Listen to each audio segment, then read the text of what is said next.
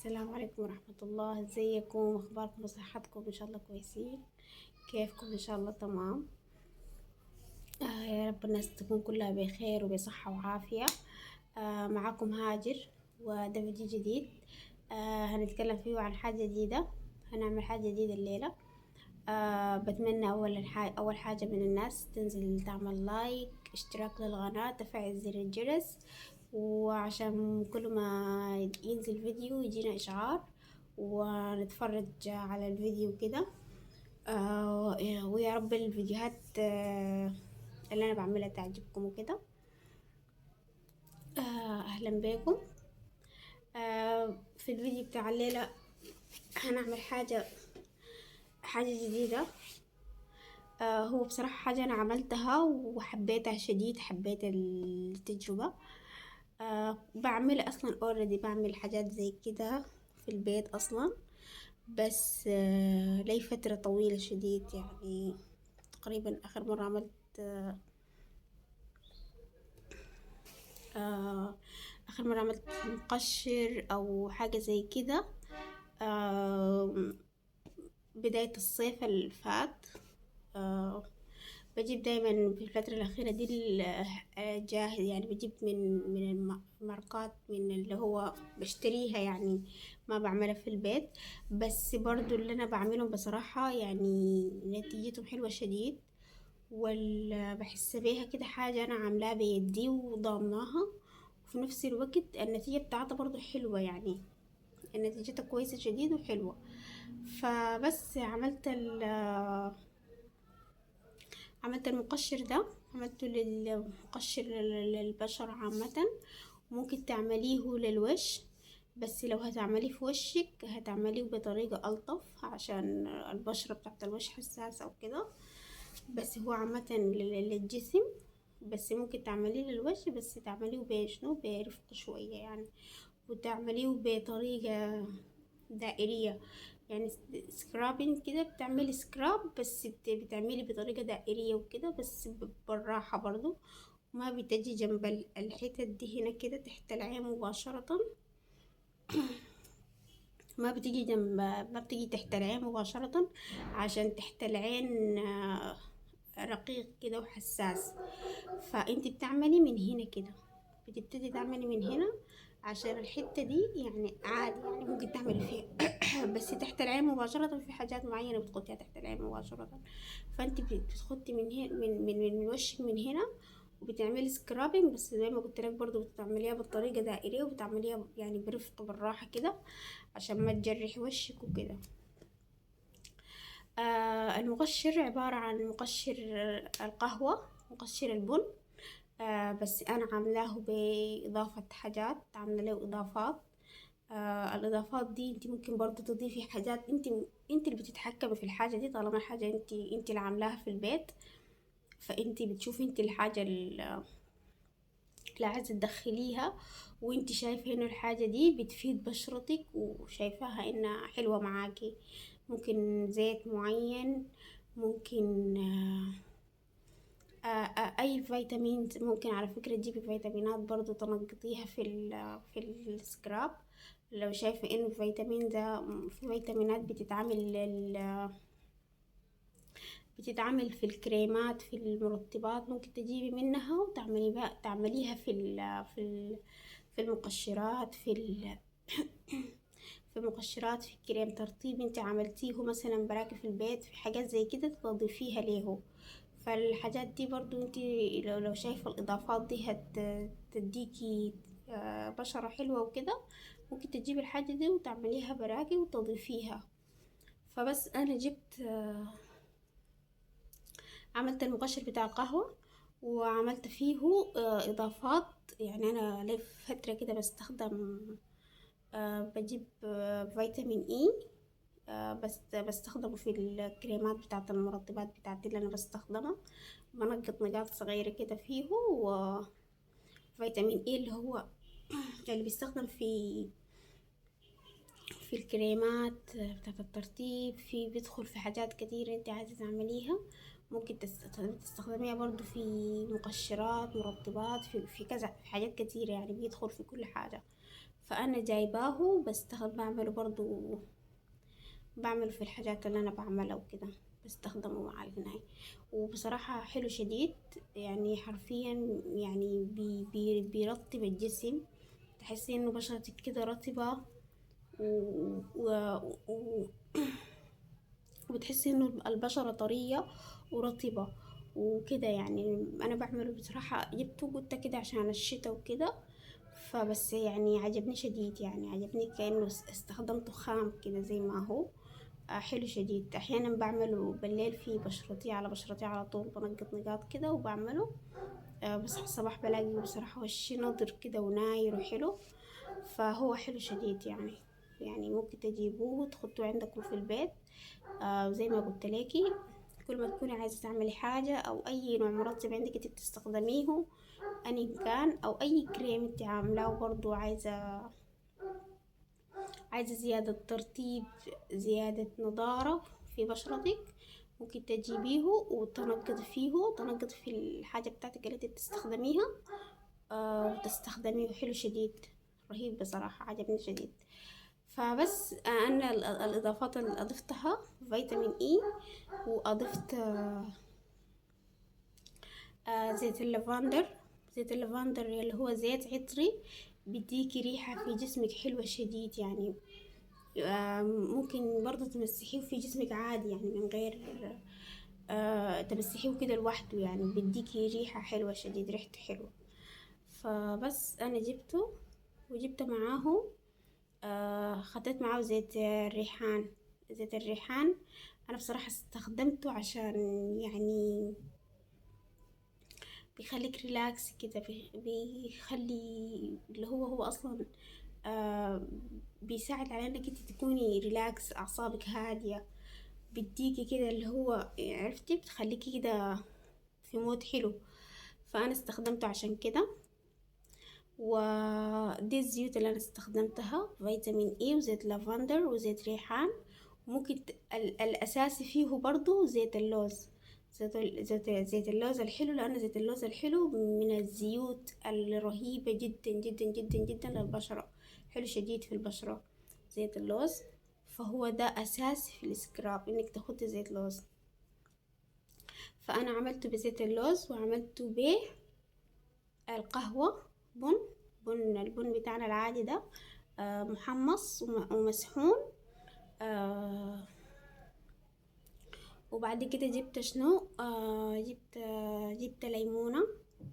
الليمونة دي برضو يعني حاجة انتي بتشوفي انتي عايزة تحطيها او لا. انا بصراحة حبيت ان انا احط فيه ليمون، عشان الليمون بينعم البشرة، وهو اصلا عبارة عن فيتامين سي، وحلو شديد في الجسم يعني وكده.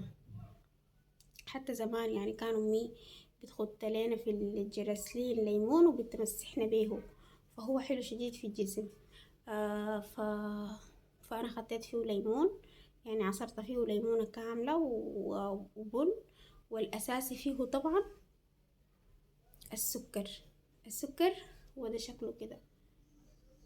السكر عشان شنو ده المكون الاساسي فيه البن، والبن والسكر وزيت اللوز. انا خدت سكر، ممكن تاخدي سكر بني، ممكن تاخدي سكر ابيض. هو بيقول السكر البني عشان يعني بيفضل يعني كده ما بيدوب زي السكر الابيض. انا خدت سكر بني، وخدت سكر، وخدت بن. ويعني الكمية اللي انت حاباها وشايفاها، يعني بفضل انه ما تعملي كميات كبيرة شديد عشان ما يبوظ منك يعني. الكمية دي انا عملتها، يعني استخدمت منها. انت ممكن تعملي كمية، يعني شوفي انت مثلا في البيت 2 3، او انت بس اللي هتستخدمي، تشوفي الكمية اللي انت حابة تعمليها، بس ما تعملي بكميات كتير عشان ما يبوظ وترميه يعني زي. ممكن اللي هو المقشر ده ممكن تعملي تقشير لجسمك في كل اسبوع مرة مثلا، عشان ما تضري بشرتك وكده. بس بما انه انا هسه حاليا لي فترة طويلة موقفة تقشير وكده والحاجات دي، وبصراحة بشرتي تعبانة شديد، فهعمل مرتين في الاسبوع.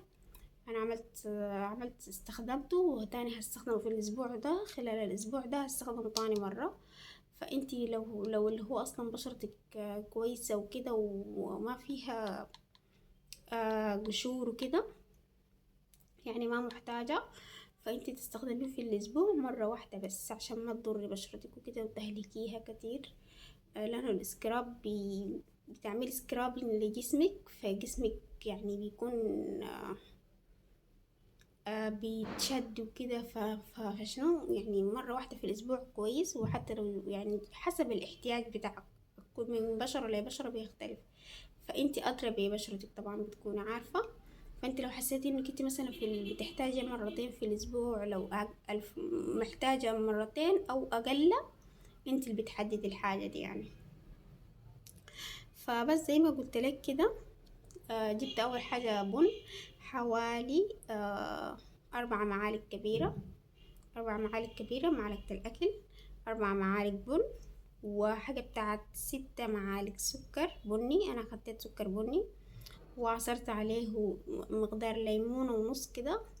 هي الليمونة كانت كبيرة، حجمها ما طبيعي، فتقريبا هي كده بمقدار كانت مقدار ليمونة ونص يعني.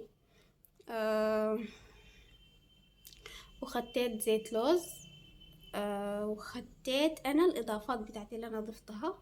وبعد كده بتقلبي الليمون، هو الخلاوي يكون كده، خلاوي يكون آه آه خلاوي يكون سايل شوية، يعني هو مفروض انه هو يكون تقيل زي كده، يكون تقيل زي يعني كده. بس انا عشان كترت الليمون خلاه يكون سائل في المجمل كده، خلاه يكون سائل كده كله.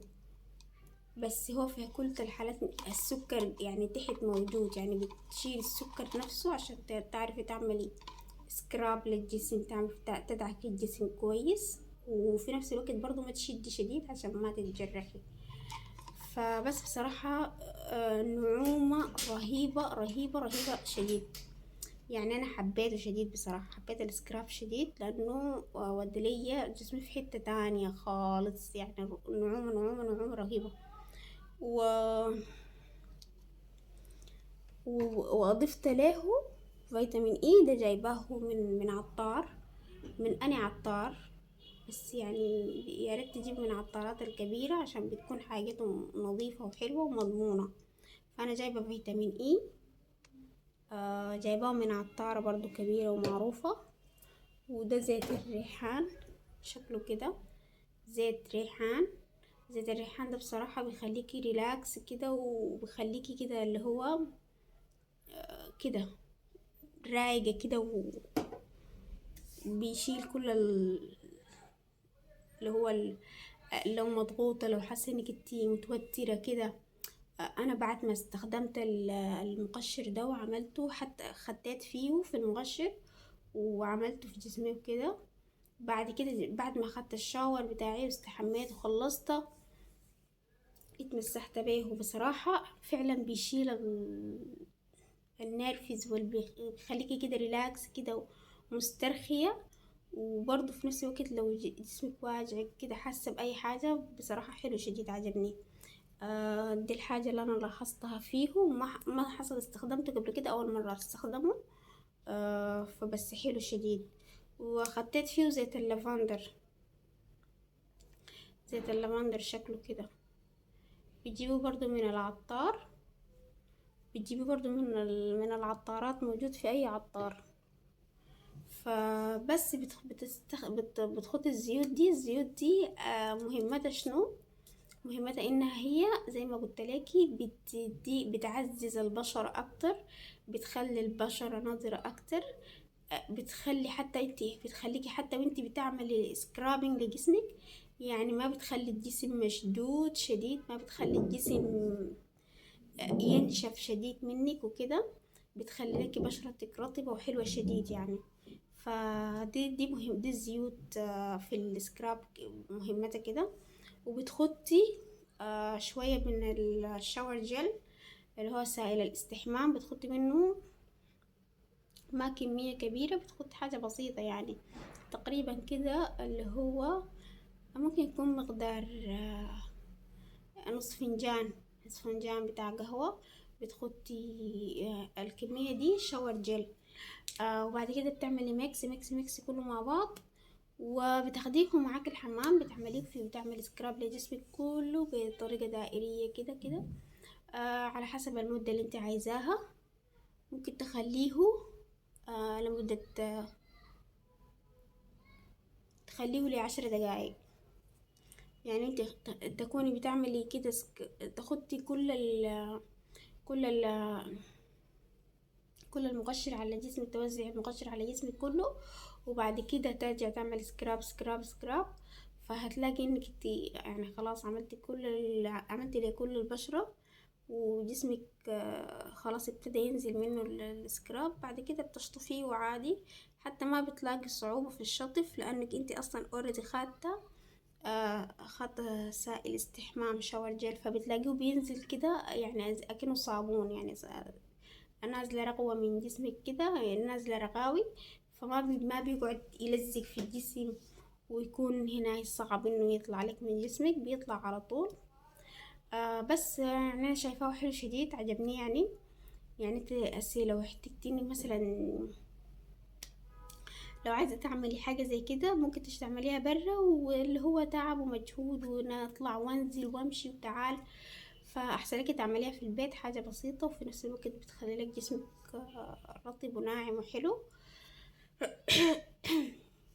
وما بتكلفك كتير، يعني حاجات كلها موجودة في البيت. بلس انك انت بتحطي الزيوت دي انت بتجيبيها زي ما قلت لك، حسب اللي هو الزيت اللي انت حاباه، نوع الزيت نوع الزيت، او حابة زيت مثلا بيعمل ترطيب اكتر، حابة انك انت يكون عندي عايزة تعمل زيت عطري، زيت يعني اللي هو الزيوت اللي بتعمل ريلاكسيشن. حابة تجيبي فيتامينات اكتر تخطيها، فانت بتتحكمي في الحاجة دي بعد كده. والحاجة دي في النهاية الحاجة اللي بتنفع مع بشرتك وشايفاها حلوة معاكي بتستخدميها، على عكس ما انك انت مثلا تجيبي حاجة من برا وكده. فدي حاجة انت بتضيفي بتنقصي بتعملي انت عايزاه، وحاجة حلوة يعني. فبس حبيت اقول لكم على المقشر ده، جربوه وهيعجبكم شديد على فكرة. وحتى لو ما عملتيه في جسمك كله، عملتيه بس في وشك، او ممكن تعملي تيست الاول، تجربيه على وشك، او تجربي على ايدك، تعملي تيست على ايدك لو ما حابة تحطي حاجة في بشرتك ووشك كده. مع انها كلها حاجات طبيعية، ما في حاجة بتضر كده.